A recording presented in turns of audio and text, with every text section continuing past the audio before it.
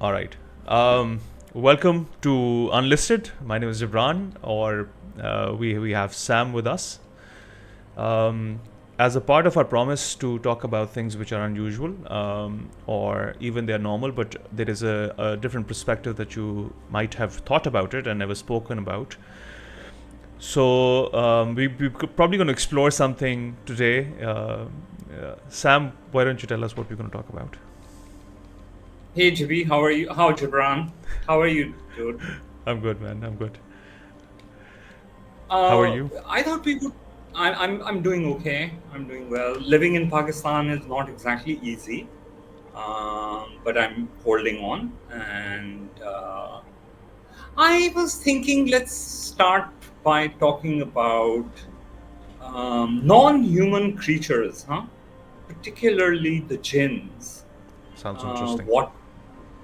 So starting with a topic which I think can hardly be verified by the five senses. But that does not mean they don't exist. Um, what do you think? I think it's fabulous. Yeah. Let's go ahead with it. We've been having these conversations off the record and behind the scenes. I think we've kind of talked about a few things before, and it would be nice to share this perspective and idea with people as well, and let's see what they have to say. I'm sure enough has been said about them, but I would like to approach this topic through my spiritual discipline, which is, it's multi religious, spiritual, cultural, my own unique take on things, but basically start with the yogic chakras. So the body has 7 chakras. This information can easily be Googled. And just like the jinns, the chakras can't really be verified, as far as I know, scientifically. So there is the crown chakra up here, the third eye chakra, the thyroid chakra, the heart chakra, and then lower down there is the fire chakra. And finally, we have the water and the earth chakras. So, my definition of a jinn, Gibran, is a creature which ends here at the fire chakra, right? Which would be the second chakra, third chakra?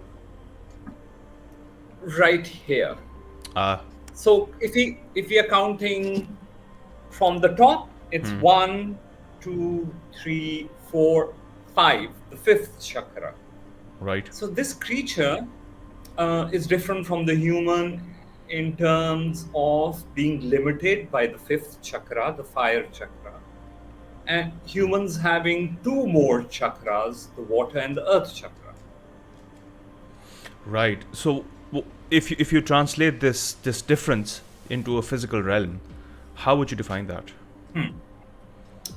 On it, the earth chakra, which is the final chakra, end of our tailbone, is connected to the material world, right?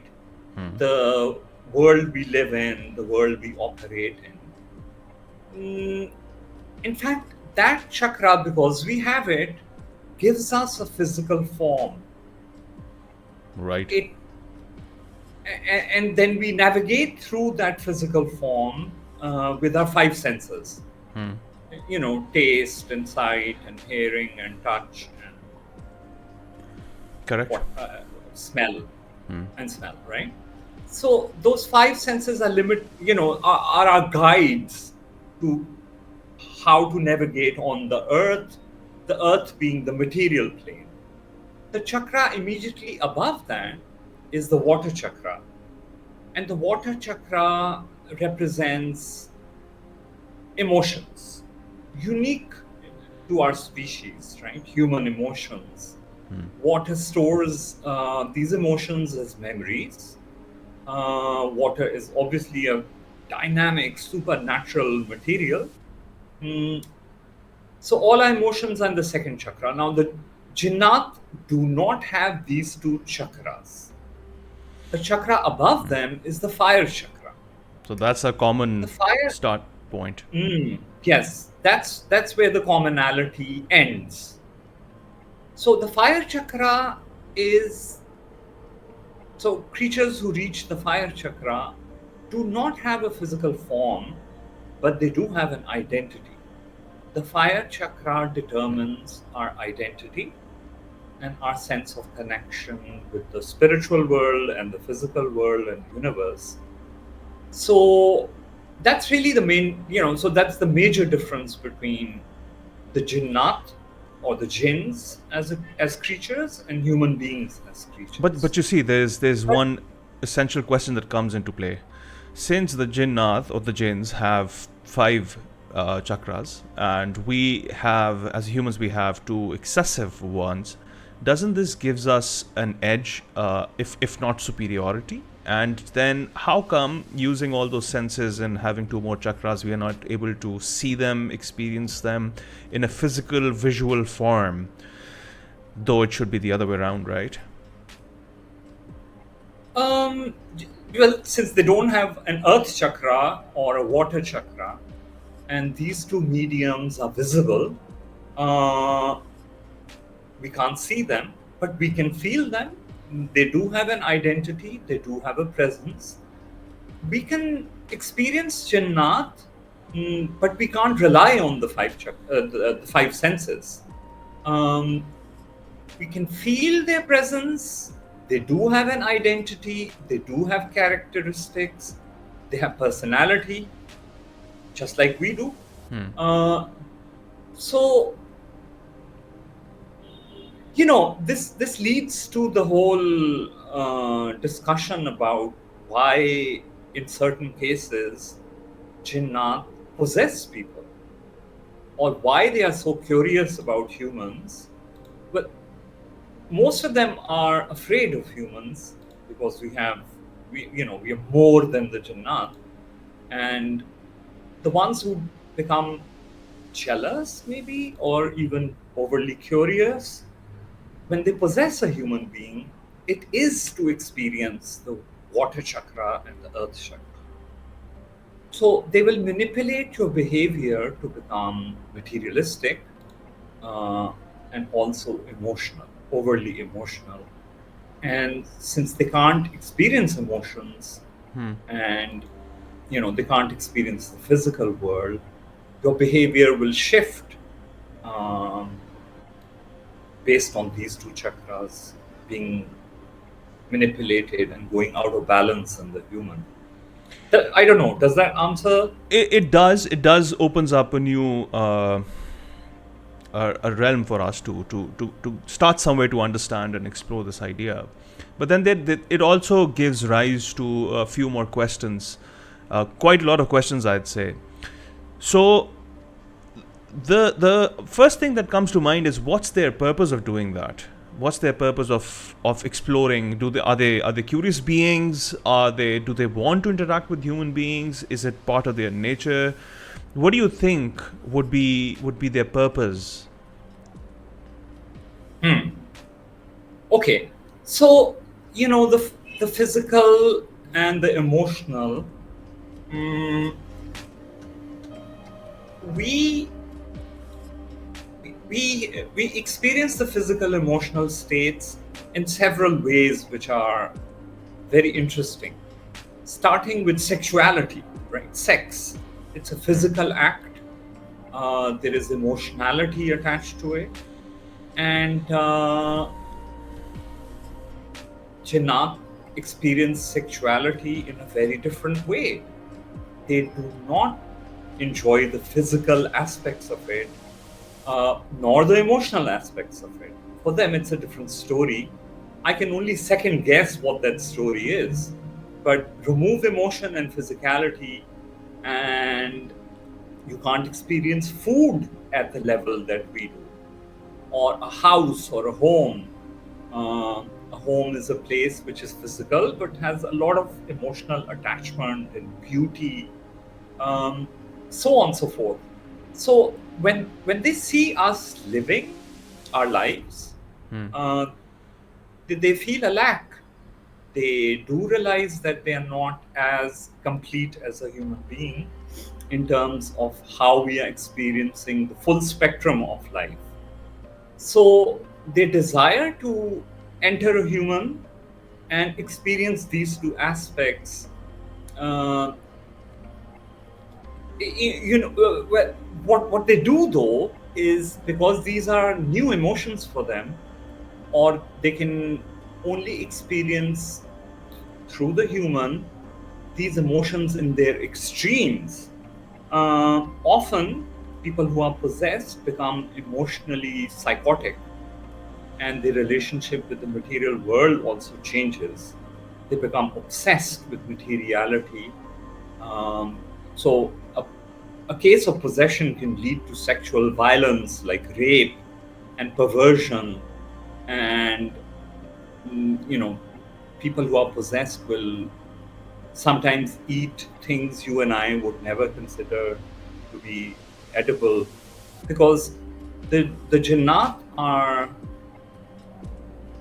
expanding on their experience. They are curious. They want to learn what happens if I eat shit.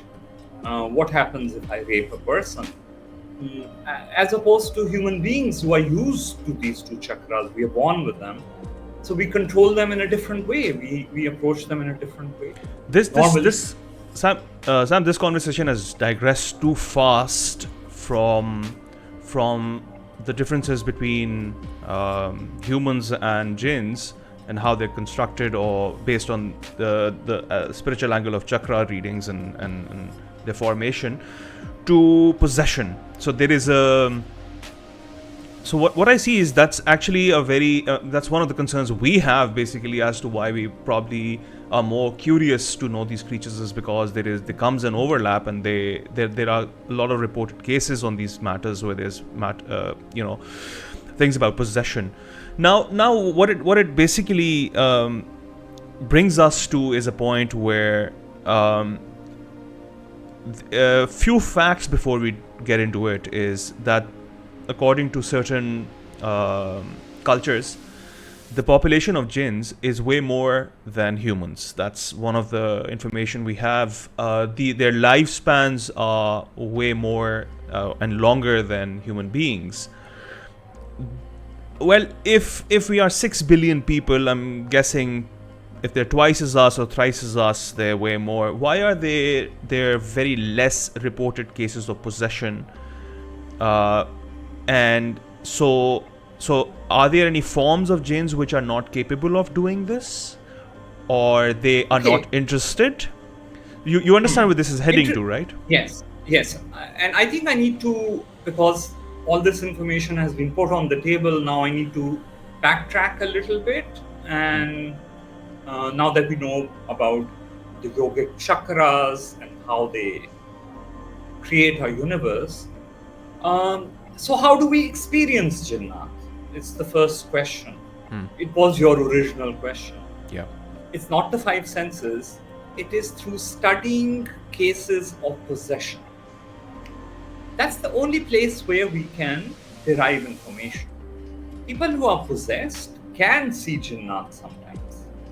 Now, the Jinnat are also like human beings. They can be very nice people, religious people, spiritual people, intellectual people in their species. And not all of them are interested in this kind of an experiment. So possession is not happening all the time with all of humanity. But there are also certain conditionalities which the human generates for possession to be successful, right? So what happens to so the sun chakra, which I told you is here, right, in the middle of the ribs, just beneath that, right? Just below the ribs, yeah. So this is a place of identity, and for as long as our identity, our emotional, physical, intellectual identity tells us that we are complete, that we are safe, that we are fabulous, that this universe was created for us to thrive in, mm, this chakra does not open up to outside entities. When the human, when a human becomes chronically depressed, particularly to the point of being suicidal, or having thoughts like, I wish I was not born, I wish I would die, life really sucks, um, then this portal, this chakra portal may open. And since your own identity has really shrunk now to, to somebody who doesn't even want to be here or exist, a, a jinn or jinnat may enter this space and take over the lack that you have created. So that doesn't happen to all human beings, and that happens to most of us at one particular or a few particular points in our lives. But we mostly recover from these thoughts and keep our portal shut. Most of us, at the end of the day, do enjoy being human. There is pain and there's difficulty, but we all like being who we are deep down. It's only in extreme cases that we make the mistake of opening this portal. So I don't think they have enough power to enter us forcibly. Initially, they have to be invited in through our behavior. So basically, we are we extend that invitation to them, and in a way, Yes. not knowing, and most of the things that Yes. happen is basically that we are unaware, and we don't know what the consequence of certain things can possibly be, which leads. Absolutely. Okay. Absolutely. But And there the has to be some tragedy sort here- of.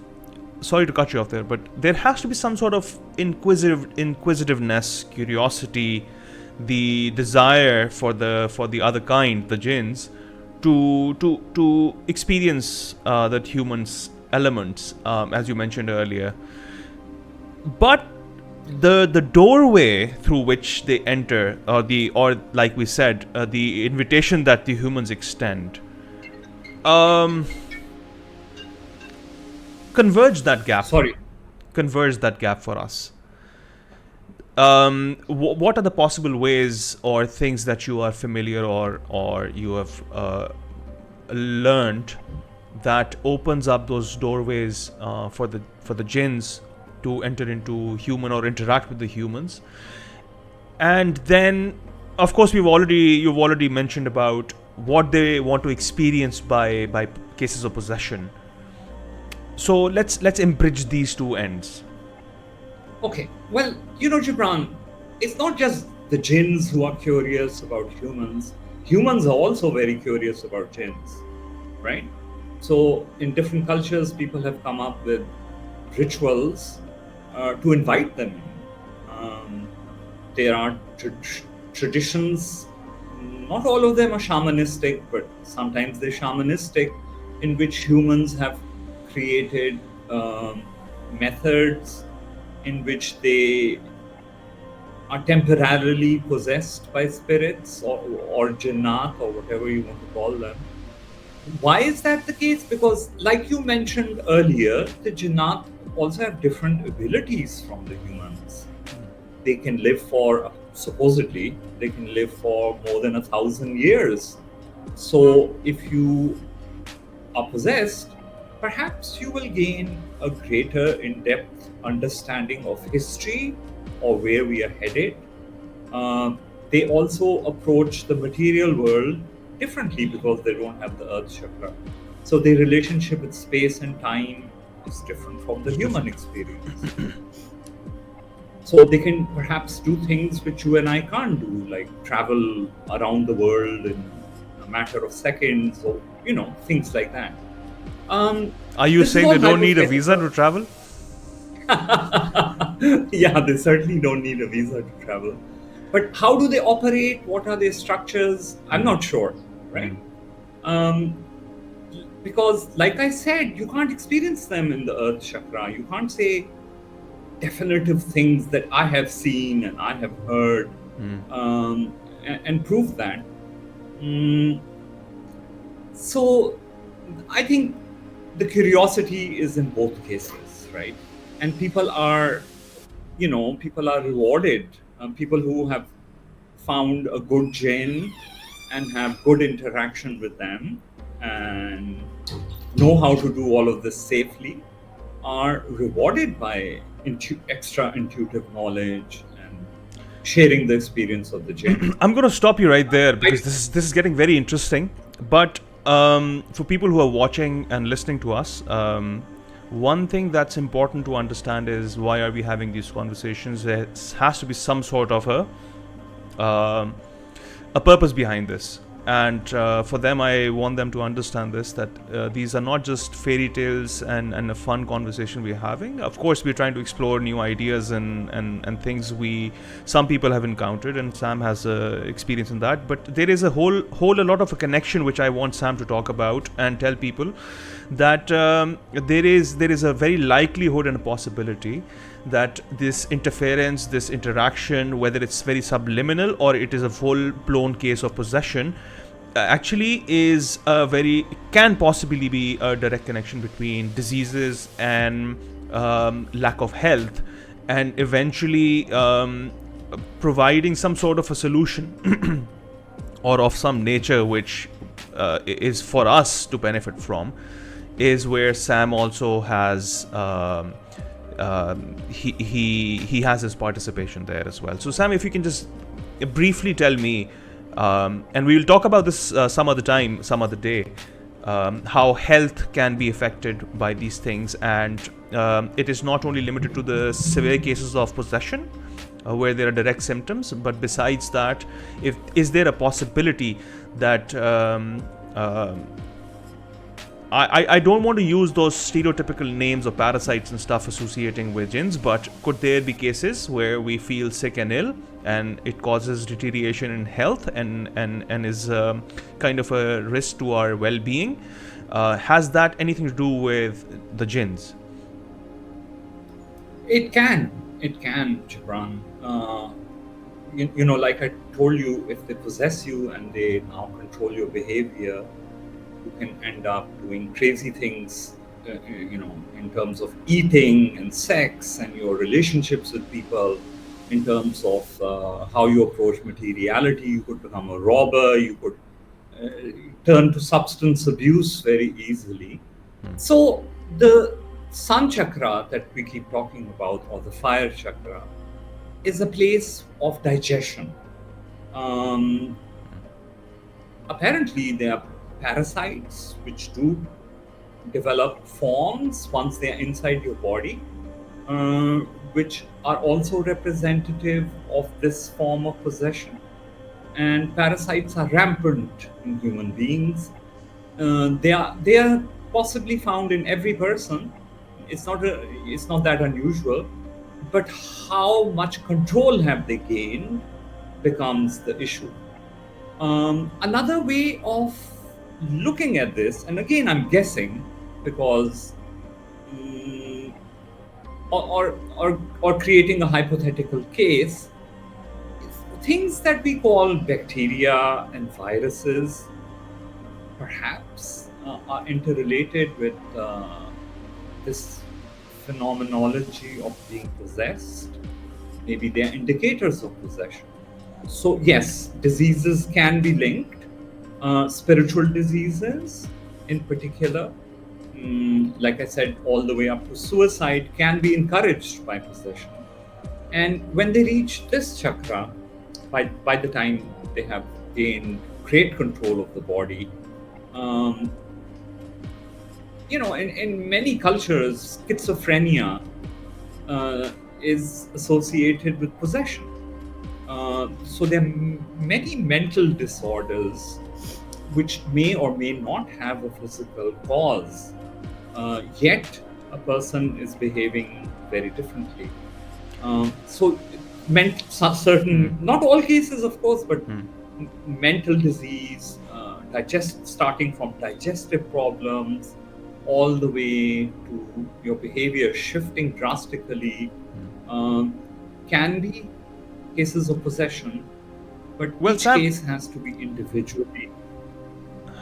fair enough. That Yes. I think that's quite a valid tangent to explore, and see whether there is this side of the things can be true, so it can be addressed. Why we're heading towards this basically is we have seen historically, and this is a statistical thing I'm going to quote here, which is um, the amount of diseases that, and especially mental disorders and major health related matters, they have kind of increased over the past decades. And I think we are Yes. the trajectory is as such as well, that it's ever increasing than before.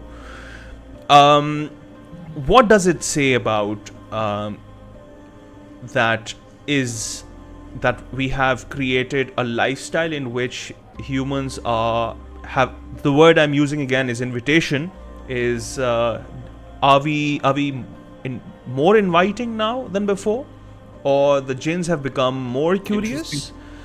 I mean, why is this connection Interesting if it's question. connected? So there is an increase in Okay, these cases.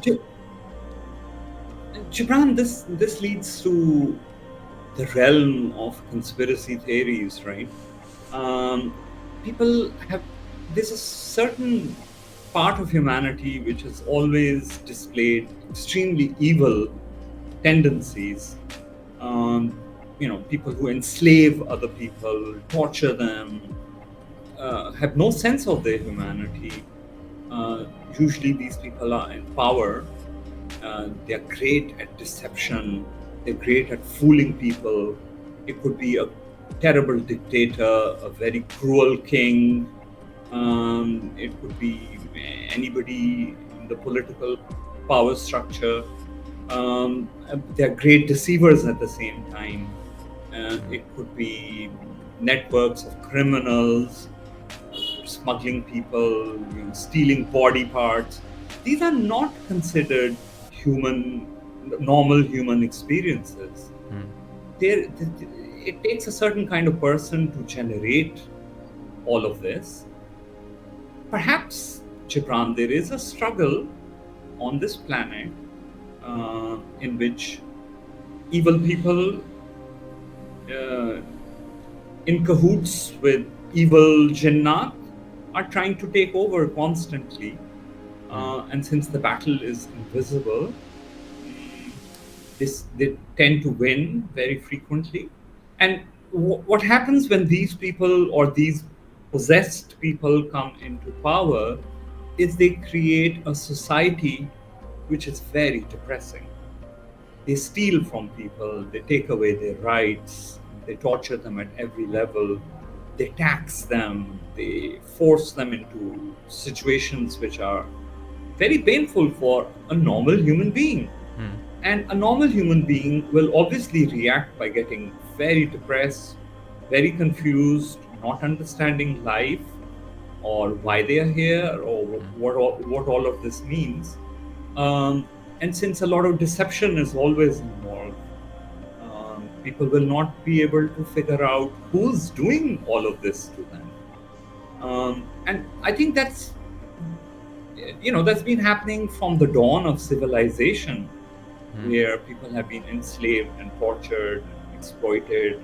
Um, but like I said, you can't prove any of this one way or another. Um, but I personally think this is how they get you, by creating,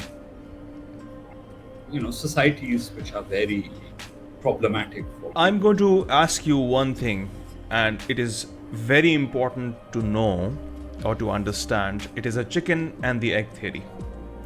Let's call the social corruption, social problems, inequality, justice, injustice, so on and so forth, which leads to all sorts of crimes.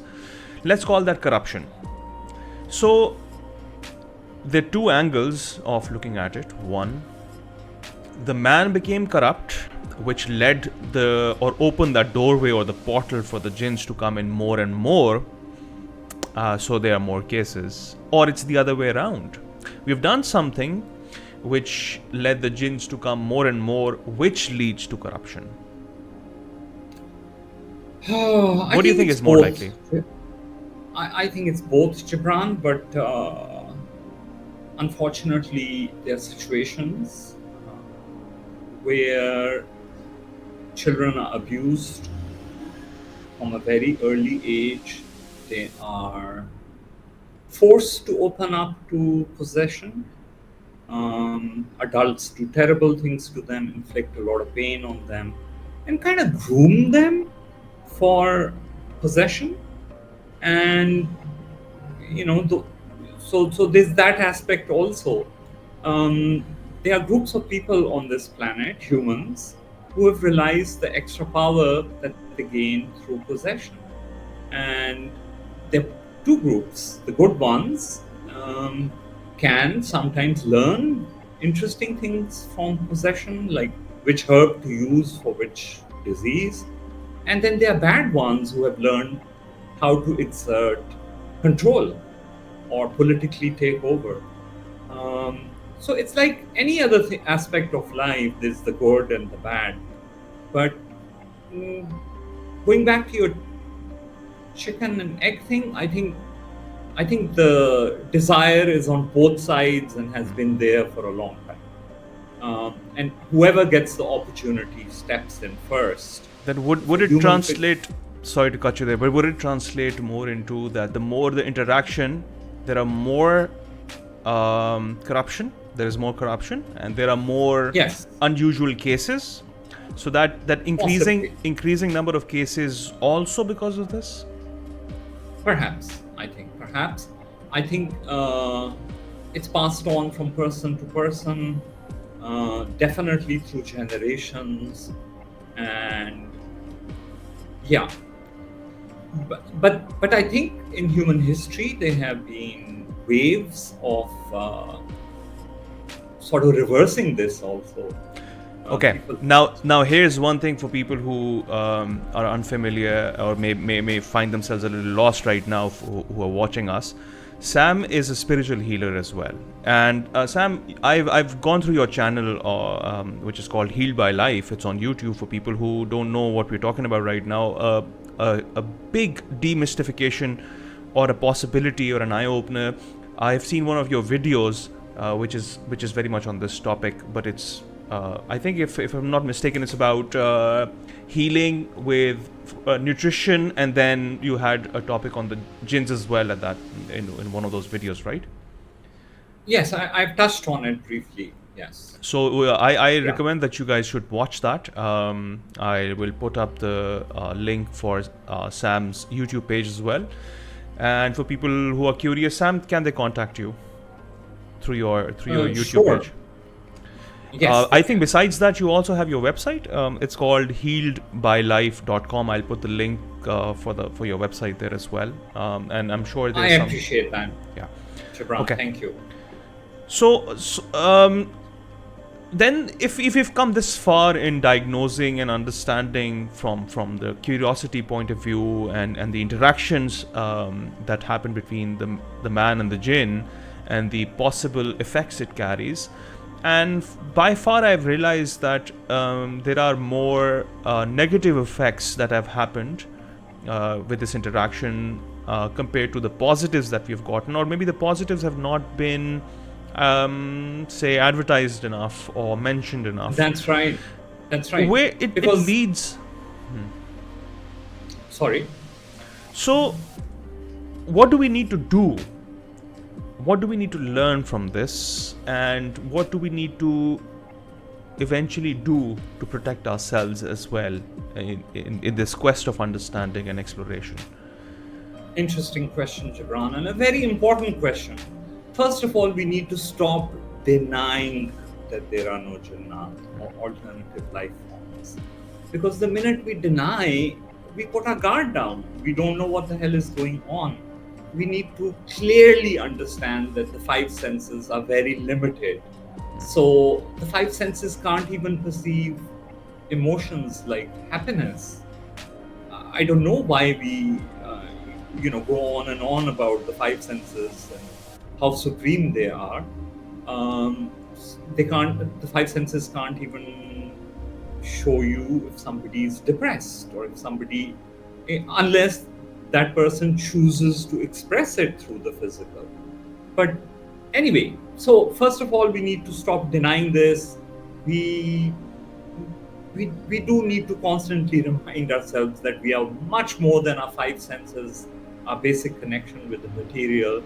And the most important thing is, all of us always need to remain humble.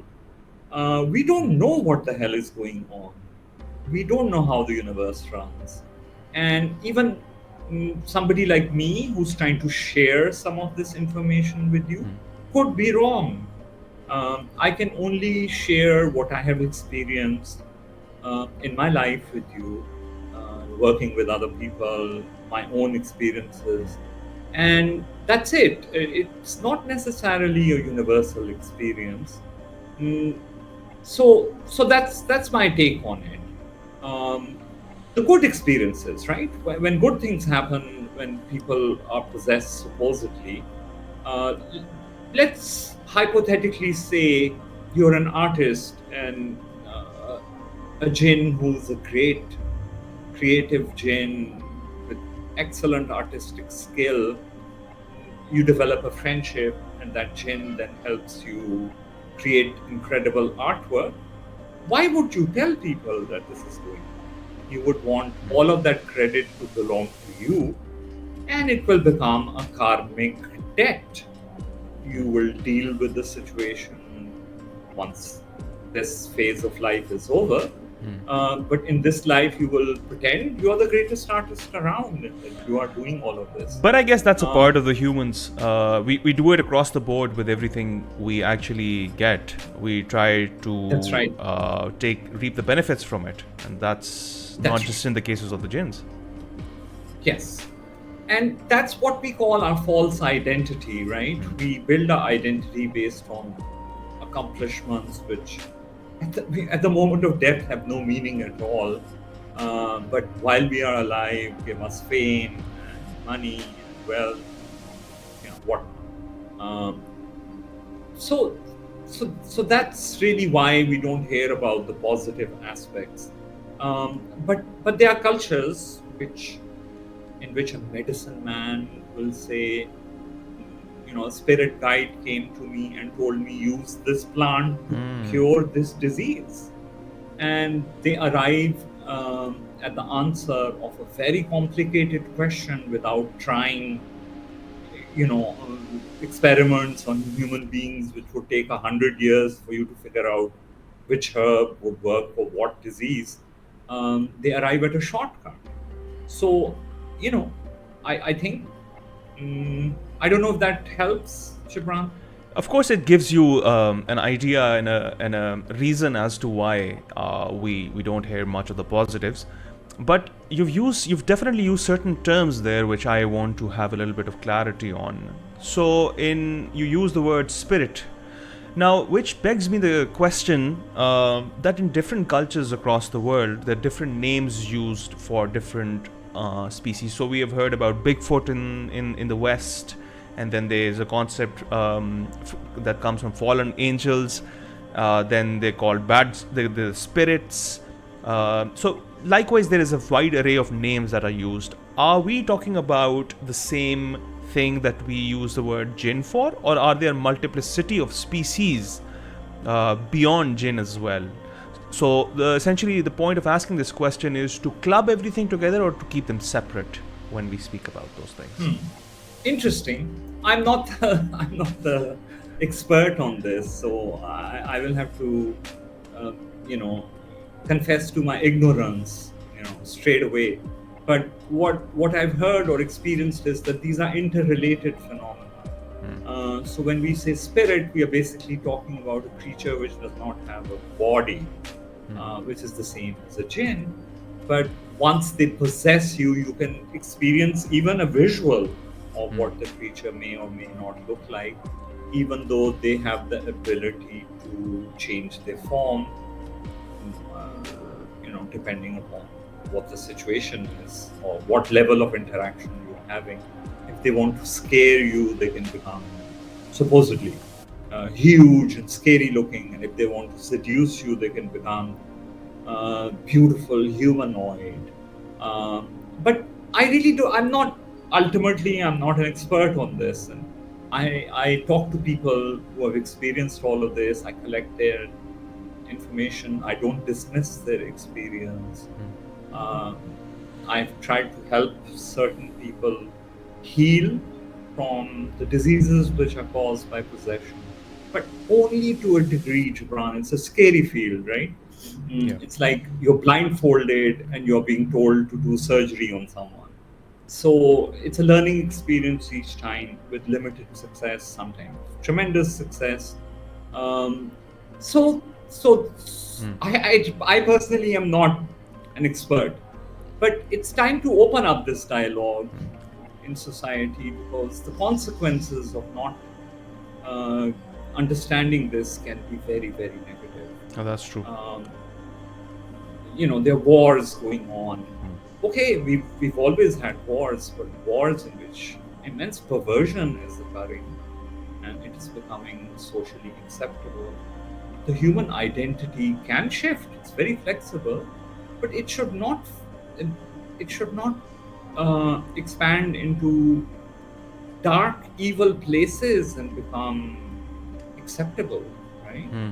The human should remain perhaps in the middle, half angel, half devil, but should not become either a devil completely or an angel completely.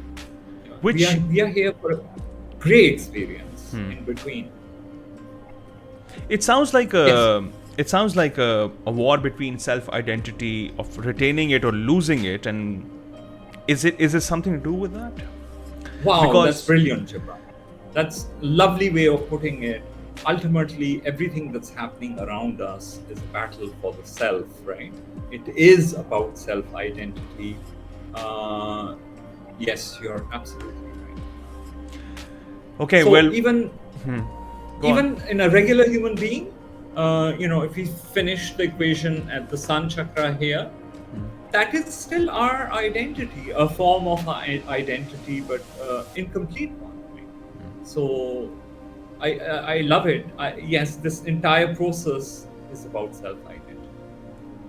Well said. I think let's wrap up this session because this is it's a topic with so much things that can be spoken about, and so many things that can further be explored, and I'm sure you have way more experiences than what we've just talked about in the past half an hour or so. I think let people digest this idea, and we should speak more about this. We should continue and Yes, do another yes, episode. that would be interesting. That would be And interesting. Also, I would like to add something, Gibran. Since we are dealing with something beyond rationality, beyond the five senses, beyond scientific methodology, contradiction can appear.